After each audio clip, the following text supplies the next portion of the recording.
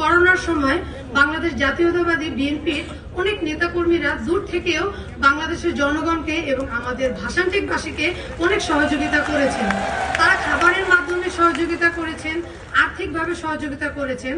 গত 17 বছর বাংলাদেশ জাতীয়তাবাদী বিএনপির প্রত্যেক নেতাকর্মী অনেক অত্যাচারিত, লাঞ্ছিত এবং বিপদের মুখে ছিল। তা সত্ত্বেও তারা আমাদের ভাষান্টেক, করাইল এবং সাততলার মানুষদের পাশে দাঁড়িয়েছেন, আর্থিকভাবে সহযোগিতা করেছেন।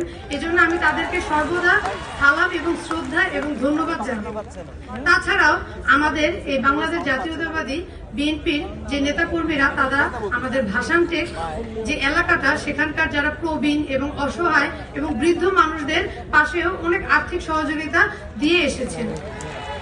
আমাদের ভাষান থেকে একটি পুনর্বাসন প্রকল্প বাস্তবায়ন করার জন্য বাংলাদেশ জাতীয়তাবাদী দল একটা প্রকল্প হাতে নিয়েছিল, কিন্তু বিগত সরকার যে ফ্যাসিস্ট যে সরকার ছিল তাদের কারণে আমাদের যে ভাষান থেকে যে গরিব, অসহায় ও বস্তিবাসীরা তাদের হাতে এই প্রকল্পটির কোনো বিল্ডিং বা কোনো রুম পৌঁছায়নি।